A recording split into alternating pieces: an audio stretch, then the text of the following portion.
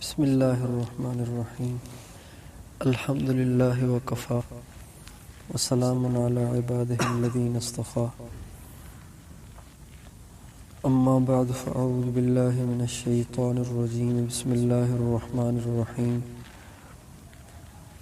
واذکر اسم ربک وتبتل الیہ تبتیلا وقال النبی صلی اللہ علیہ وسلم مثل الذی یذکر ربہ والذی لا یذکر ربہ کمثل الحی والمیت او کما قال علیہ الصلاۃ والسلام۔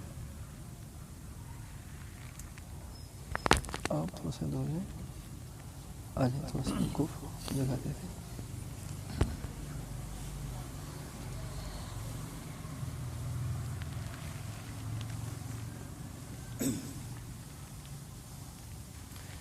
جیسے انسان کے جسم پر زندگی طاری ہوتی ہے اور موت بھی طاری ہوتی ہے، اسی طرح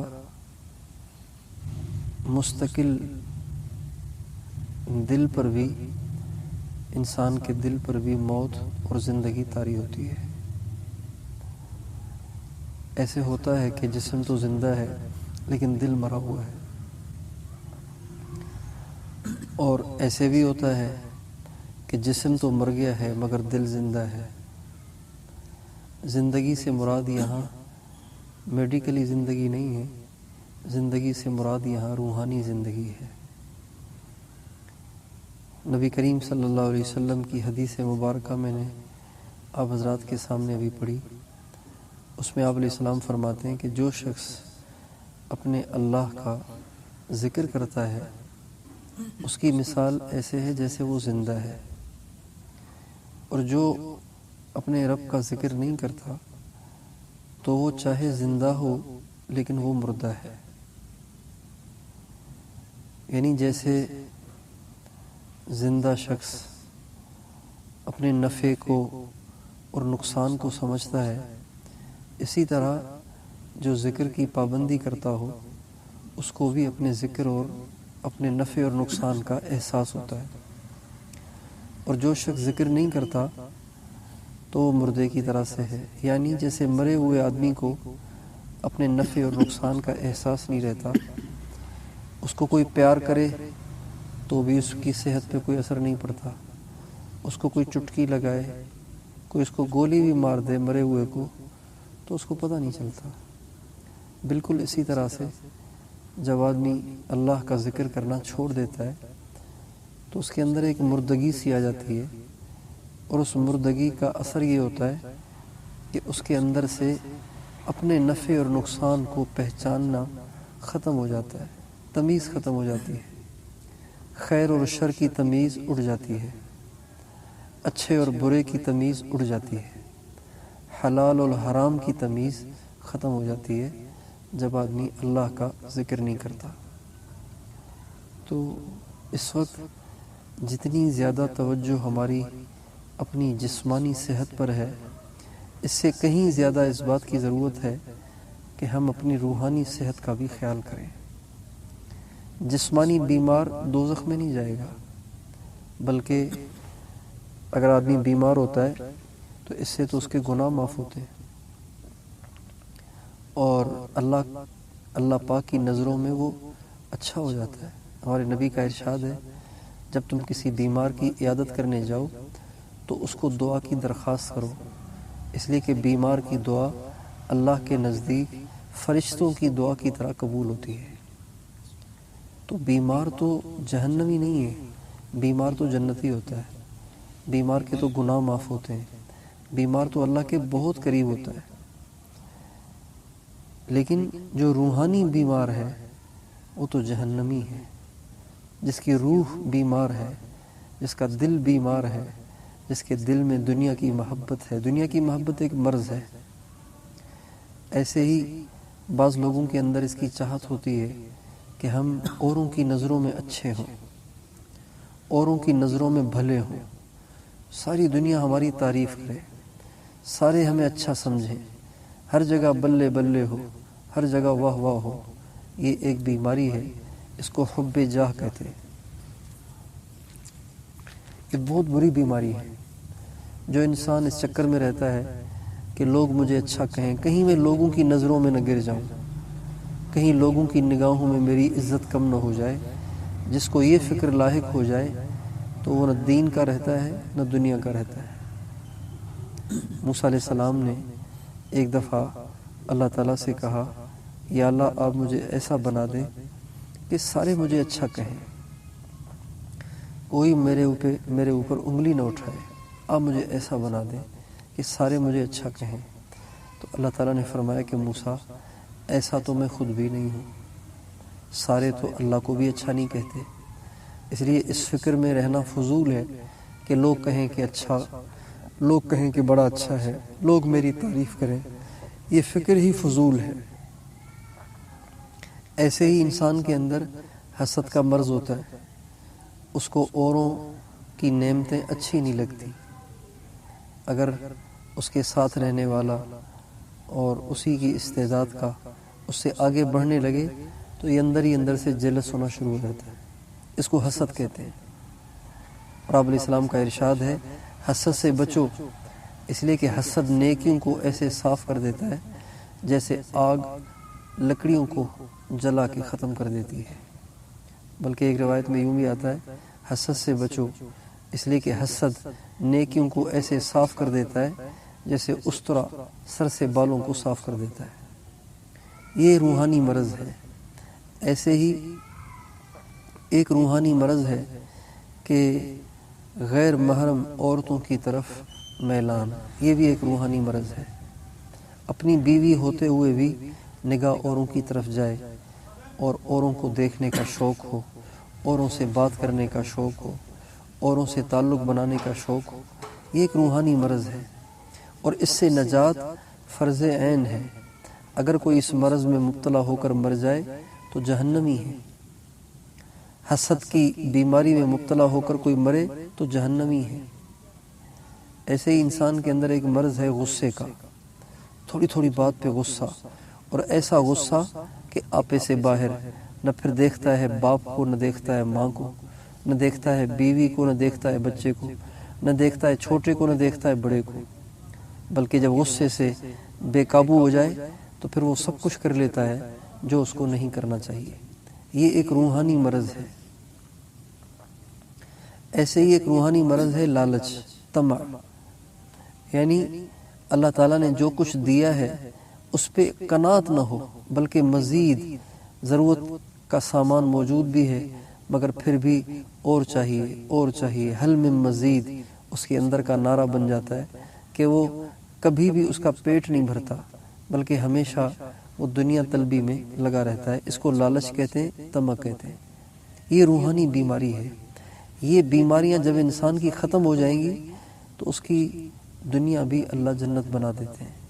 اتنا زندگی میں اس کے سکون ہوتا ہے، اتنا اس کی زندگی میں لطف ہوتا ہے، اتنی اس کی زندگی میں، اس کی جان میں، اس کے مال میں، اس کی ہر چیز میں اتنی برکت ہوتی ہے کہ اس کو دیکھ کے اوروں کو رشک آتا ہے۔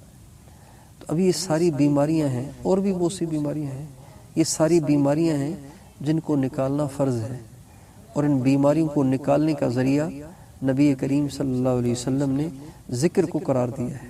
آپ علیہ السلام کا ارشاد ہے، ان القلوب تصدع کما یصدع الحدید، دلوں کو بھی زنگ لگ جاتا ہے جیسے لوہے کو پانی لگنے سے زنگ لگ جاتا ہے۔ صحابہ کرام نے پوچھا، یا رسول اللہ پھر زنگ کو اتارنے کا کیا طریقہ ہے؟ آپ نے فرمایا، اس زنگ کو اتارنے کا طریقہ اللہ کا ذکر ہے اور موت کی یاد ہے۔ تو اللہ کا ذکر کرنا اور اپنے اندر کو اللہ کی یاد سے آباد کرنا، یہ انتہائی ضروری عمل ہے۔ آج اس سے بڑی غفلت ہے۔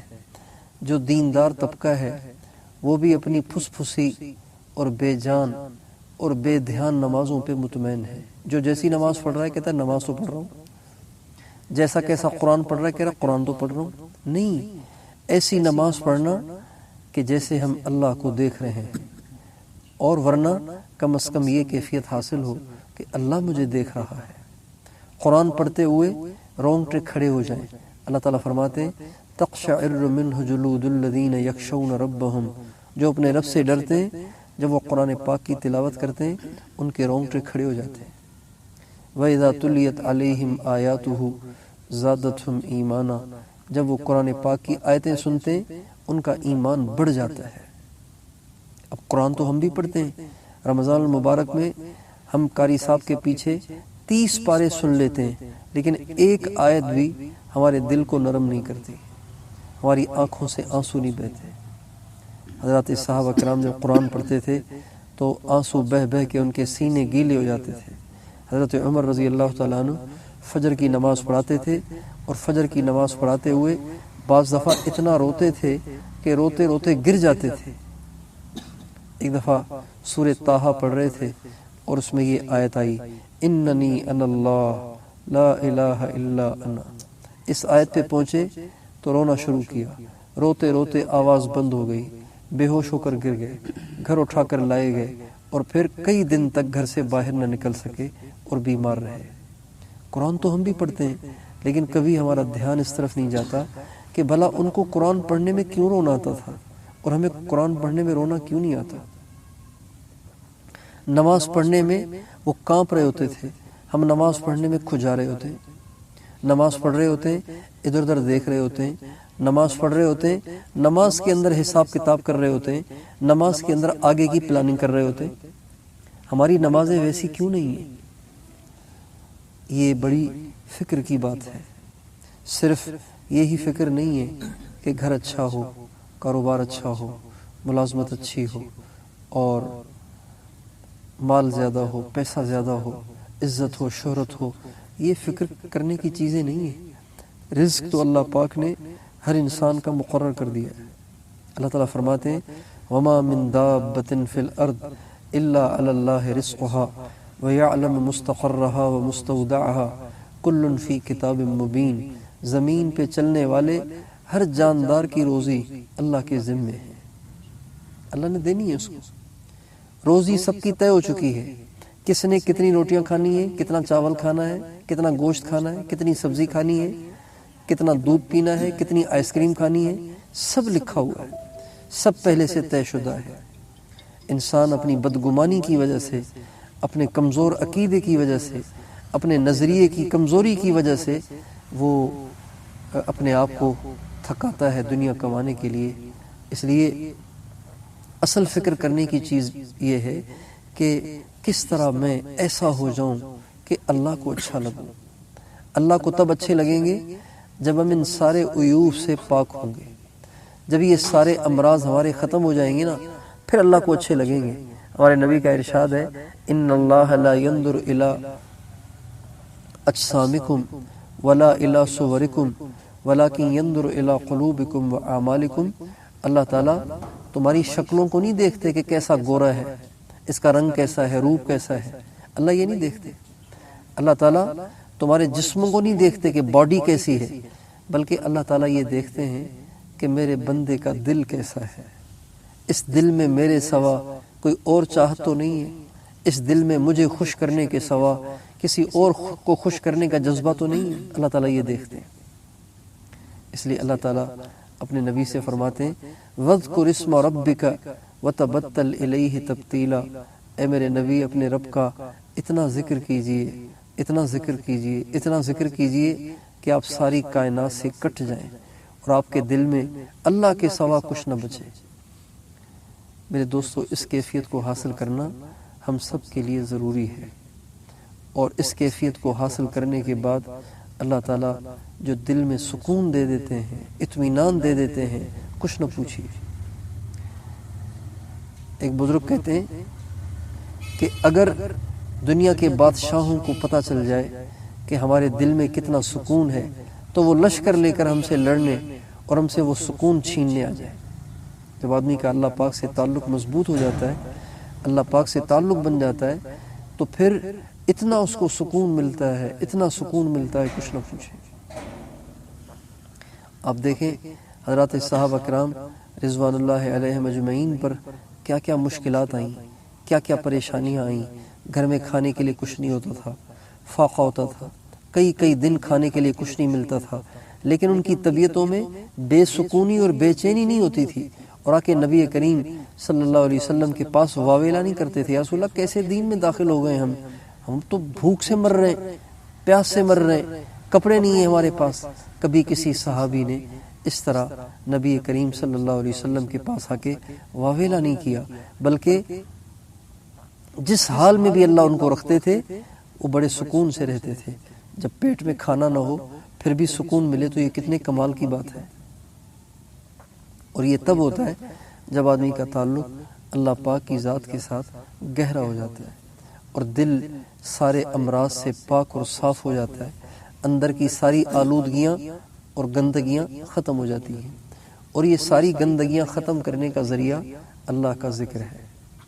اللہ کے ذکر میں اللہ نے یہ تاثیر رکھی ہے، جس طرح صابن سے انسان اپنے منہ کو دھو لیتا ہے، شیمپو سے اپنے بالوں کو دھو لیتا ہے، صرف سے اپنے کپڑوں کو دھو لیتا ہے، بالکل اسی طرح سے اللہ کے نام کی یہ تاثیر ہے، اللہ کے ذکر کی یہ تاثیر ہے کہ اللہ تعالیٰ اس کے دل کی ساری گندگیاں دھو دیتے اور پھر اس کو سکون عطا فرماتے ہیں۔ تو بس اتنی سی درخواست ہے کہ ہم جیسے اپنے کپڑوں کی فکر رکھتے ہیں، اپنے چہروں کی فکر رکھتے ہیں، اپنی باڈی کی فکر رکھتے ہیں، ہر آدمی کو فکر ہوتی ہے کہ میں فٹ رہوں، سمارٹ رہوں، فٹ رہوں، اس سے زیادہ اس بات کی فکر کرنی ہے کہ میرا دل فٹ رہے، میری روح فٹ رہے، اس میں کوئی ایسی بات نہ ہو جس سے اللہ ناراض ہوتا ہے۔ اور یہ ذکر کی کثرت سے یہ چیز حاصل ہوتی ہے، ایک تو ذکر کی کثرت ہو اور دوسرا اہل اللہ کی صحبت ہو، جن کے دل اللہ تعالیٰ نے پاک کیے ہیں، جن کے دلوں میں دنیا نہیں ہے، ان کی صحبت سے اللہ تعالیٰ یہ کیفیت عطا فرماتے ہیں، اور ذکر کی کثرت سے یہ کیفیت عطا فرماتے ہیں۔ تو ہم سب اس بات کی نیت کریں، انشاءاللہ ہم ذکر کی کثرت کریں گے اور پھر اہل اللہ کی صحبت کو اختیار کریں گے۔ یہ بڑی مفید چیز ہے اور بڑی ضروری چیز ہے۔ اس وقت مزاج بگڑ گئے ہیں اور دنیا سے محبت بہت زیادہ ہو گئی ہے، اور مرنے کو ہمارا دل نہیں کرتا، مرنے کو ہمارا دل نہیں کرتا۔ جب اللہ پاک سے تعلق مضبوط ہو جاتا ہے تو پھر مرنا انسان کے لیے باعث خوف نہیں بنتا اور اس کے لیے باعث پریشانی نہیں بنتا، بلکہ موت تو اس کے لیے خوشخبری بن جاتی ہے، موت اس کے لیے خوشخبری بن جاتی ہے۔ حضرت بلال رضی اللہ عنہ کے انتقال کا وقت آیا تو ان کی بیوی رو رہی تھی اور کہنے لگی تھیں کہ ہائے افسوس، ہائے پریشانی، ہائے مصیبت کہ آج بلال جا رہے ہیں اور میں بیوہ ہو رہی ہوں۔ تو حضرت بلال کی آنکھیں بند تھیں، جب بیوی نے یوں کہہ کے وہ چلائیں اور روئیں تو حضرت بلال نے آنکھیں کھولی اور کہا، اللہ کی بندی یہ تو کیا کہہ رہی ہے، آج غم کا دن نہیں ہے، آج تو خوشی کا دن ہے۔ الیوم القی الاحبہ محمدن و حزبہ، بس روح نکلنے کی دیر ہے، ابھی جا کے حضور سے ملوں گا، حضور کے صحابہ سے ملاقات ہوگی۔ تو اللہ سے تعلق مضبوط ہو جائے تو پھر مرنا پریشانی کا باعث نہیں بنتا، بلکہ مرنا ایک محبوب سے ملاقات کا ذریعہ بن جاتا ہے۔ تو اس لیے ہم اس بات کی کوشش کریں، ہر آدمی مصروف ہے، ہر آدمی کے ساتھ کام لگے ہوئے ہیں، کوئی ملازم ہے، کوئی بزنس مین ہے، کوئی کاروباری ہے، کوئی تاجر ہے، کوئی مزدور ہے، کوئی کسی پریشانی میں ہے، کوئی کسی پریشانی میں ہے، لیکن جیسے ہم کپڑے بھی تو بدلتے ہیں، آخر نہاتے دھوتے بھی تو ہیں، آخر ناشتہ بھی تو کرتے ہیں، دوپہر کا کھانا، رات کا کھانا کھاتے ہیں، شام کی چائے پیتے ہیں، گپیں لگاتے ہیں، موبائل کا اتنا فضول استعمال کرتے ہیں، تو پھر ہمیں اس کے لیے بھی ٹائم نکالنا چاہیے کہ ہم یکسوئی کے ساتھ بیٹھ کے اپنے اللہ کو یاد کریں، اللہ کو یاد کریں، اپنی طبیعت ایسی بنائیں، اپنے مزاج یعنی اس کی اتنی کثرت کریں کہ یہ چیز مزاج کا حصہ بن جائے، طبیعت کا حصہ بن جائے۔ جیسے بعض لوگوں کو صبح سویرے نہانے کی عادت ہوتی ہے، روزانہ کپڑے بدلنے کی عادت ہوتی ہے، جن کو روزانہ کپڑے بدلنے کی عادت ہو، اگر وہ 3 دن تک کپڑے نہ بدلیں ان کو خارش شروع ہو جاتی ہے، بے سکونی اور بے چینی شروع ہو جاتی ہے، نیند نہیں آتی ان کو، اس لیے کہ نہائے نہیں ہیں۔ اور جن کو چائے کی عادت ہو جائے، چائے کا نشہ لگ جائے، تو جب تک وہ چائے نہ پئیں ان کا کھانا ہی ہضم نہیں ہوتا، چائے نہ پئیں ان سے روٹی نہیں کھائی جاتی، چائے نہ پئیں تو ان کا سر درد سے پھٹ رہا ہوتا ہے، اتنی چائے کی عادت ہو جاتی ہے۔ اسی طرح ہمیں اللہ کے ذکر کی، اللہ کو یاد کرنے کی اور قرآن پاک کی تلاوت کی، نبی کریم صلی اللہ علیہ وسلم پہ درود شریف پڑھنے کی ایسی عادت پڑ جائے، ایسی ہماری طبیعت کا وہ حصہ بن جائے کہ اس کے بغیر ہمیں چین نہ آئے۔ ہم نے اپنے بزرگوں کو دیکھا کہ جب تک ان کا ذکر پورا نہیں ہوتا تھا وہ رات کو سوتے نہیں تھے۔ ہمارے ایک بزرگ تھے حضرت حاجی عبدالوہاب صاحب دامت برک رحمۃ اللہ علیہ، تو ان کی زندگی بڑی مصروف تھی، بہت مصروف رہتے تھے، وہ بہت اپنے آپ کو تھکاتے تھے، وہ بڑھاپے تک وہ اپنے آپ کو تھکاتے رہے۔ ان کی عمر 100 کے قریب ہوئی، لیکن دنیا سے جانے تک وہ اپنے آپ کو تھکاتے رہے، نہ ان کو آرام کی فکر ہوتی تھی، نہ کھانے کی فکر ہوتی تھی، سارا دن وہ اللہ کی بات کرتے تھے۔ لیکن اس کے ساتھ ساتھ جو انہوں نے اپنے لیے ذکر متعین کیا ہوا تھا، 5000 دفعہ روزانہ اللہ کا نام لیتے تھے، اور پتہ نہیں کتنے ان کے اذکار تھے، یہ تو ایک چھوٹی سی میں نے جھلک دی آپ کو۔ لیکن جب تک ذکر پورا نہ ہو جاتا تب تک رات کو سوتے نہیں تھے، چاہے رات کے 2 بج جائیں چاہے 3 بج جائیں۔ اور کہنے والے ان کو کہتے رہتے، ان کے خدام ان کی منت کرتے رہتے کہ فجر کے بعد آپ نے پھر بیان کرنا ہے، آپ ابھی اتنا کیوں رات تک جاگ رہے ہیں؟ لیکن فرماتے تھے جب تک میں پورا نہیں کروں گا تب تک میں نہیں سوؤں گا۔ تو میرے دوستو، زندگی بہت تھوڑی ہے، مرنے سے پہلے ہمیں اپنے آپ کو ان نیک اعمال کا عادی بنانا ہے، اپنی طبیعت میں اس کو داخل کرنا ہے۔ یعنی حیرت ہوتی ہے یہ سن کر کہ ایک آدمی کے سارے کام پورے ہیں، دفتر بھی جا رہا ہے، دکان پہ بھی جا رہا ہے، بیوی بچوں کو بھی ٹائم دے رہا ہے، دوستوں کو بھی ٹائم دے رہا ہے، موبائل کو بھی ٹائم دے رہا ہے، لیکن اس سے پوچھیں کہ اللہ کا ذکر بھی کرتے ہیں؟ کہتے ہیں بس دعا کریں، کبھی ہو جاتا ہے کبھی رہ جاتا ہے۔ تو بڑی حیرت ہوتی ہے یہ بات سن کے کہ ہمارے پاس صرف اللہ ہی رہ گئے ہیں جن کے لیے ٹائم نہیں ہے، باقی سب کے لیے ہمارے پاس ٹائم ہے۔ اس لیے ہمیں روزانہ کچھ دیر تنہائی میں بیٹھ کے اللہ کو یاد کرنا چاہیے۔ ایک تسبیح پھرنا، چلتے پھرتے تسبیح پھر رہی ہے، وہ تو وظیفہ ہے، وہ ذکر نہیں ہے۔ ذکر تو وہ ہے کہ جس میں آپ ہو اور اللہ ہو، بیچ میں کوئی حائل نہ ہو، درمیان عاشق و معشوق رمزیست، کرامن کاتبین را ہم خبر نیست۔ اللہ سے ایسی لو لگ جائے کہ کسی کو پتہ نہ چلے کہ یہ شخص کہاں ہے۔ لوگ سمجھتے ہیں کہ ہمارے قریب بیٹھا ہے لیکن یہ کسی اور جگہ گم ہے۔ ایسی کیفیت ہمیں اللہ کے ذکر میں حاصل ہو جائے، مگر یہ کیفیت پہلے دن حاصل نہیں ہوتی، اس کے لیے محنت اور کوشش کرنا پڑتی ہے۔ اس کے لیے مسلسل اہتمام کے ساتھ، دوام کے ساتھ ذکر کرنا پڑتا ہے۔ ہمارے ایک بزرگ تھے حضرت مولانا احمد علی لاہوری رحمۃ اللہ علیہ، روزانہ 15.5 لاکھ دفعہ اللہ کے نام کا ذکر کرتے تھے، روزانہ 15.5 لاکھ، 10.5 لاکھ، روزانہ 10.5 لاکھ مرتبہ اللہ کا نام لیتے تھے۔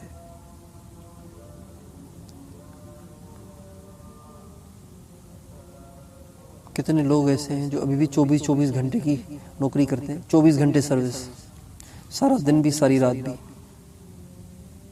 تھکتے نہیں ہیں، بس ان کی عادت ہو گئی ہے۔ ان کو سامنے پیسہ ملتا ہوا نظر آ رہا ہے، بڑی بھاری تنخواہ ملتی ہوئی ان کو نظر آ رہی ہے۔ اس لیے اس بات کی ضرورت ہے کہ ہم ذکر کا اہتمام کریں، ذکر کی پابندی کریں، اپنی طبیعت کا حصہ بنا لیں اسے۔ شروع میں اپنے اوپر جبر کرنا پڑتا ہے، دل چاہے نہ چاہے بس کرنا ہے، اللہ کا ذکر کرنا ہے، اللہ کو یاد کرنا ہے، اور اس طریقے پہ کرنا ہے جس طریقے سے کسی اللہ والے سے معلوم ہو، جس طرح کوئی اللہ والا بتائے اس طریقے سے ذکر کرنا ہے۔ ذکر کرنے کا فائدہ تو ہے ہی ہے، لیکن اگر کسی اللہ والے سے سیکھ کے کریں گے، ان کی اجازت سے کریں گے، تو اس میں دگنا چگنا فائدہ ہو جاتا ہے، اس سے بھی زیادہ فائدہ ہو جاتا ہے۔ ہمارے ایک بزرگ تھے حضرت مفتی زین العابدین صاحب رحمۃ اللہ علیہ، ایک دفعہ وہ فرمانے لگے بھائی ذکر سیکھ کے کرو ورنہ جوتیاں چٹخانے کے سوا تمہیں کچھ نہیں ملے گا. ذکر سیکھ کے کرو ورنہ جوتیاں چٹخانے کے سوا کچھ نہیں ملے گا. اس لیے ہمیں ذکر کا اہتمام کرنا چاہیے، ذکر کی پابندی کرنی چاہیے، روزانہ اس کے لیے ٹائم نکالنا چاہیے. یعنی یوں سمجھیں گویا میرا اندر میلا ہو گیا ہے، اب میں نے اللہ کا نام لے کے اسے صاف کرنا ہے. جیسے منہ میلا ہو گیا ہے، اب منہ کو دھونا ہے. پسینہ زیادہ نکلا ہے، اب میں نے نہانا ہے، کپڑے بدلنے ہیں. بالکل اسی طرح سے ہمیں اپنے دل کو دھونا ہے، اپنی روح کو دھونا ہے، اپنے اندر سے آلودگیوں کو پاک کرنا ہے اور اپنے دل کو آئینہ بنانا ہے جس میں اللہ کی عظمت مجھے نظر آئے. تو اس کی کوشش فرمائیں گے انشاءاللہ.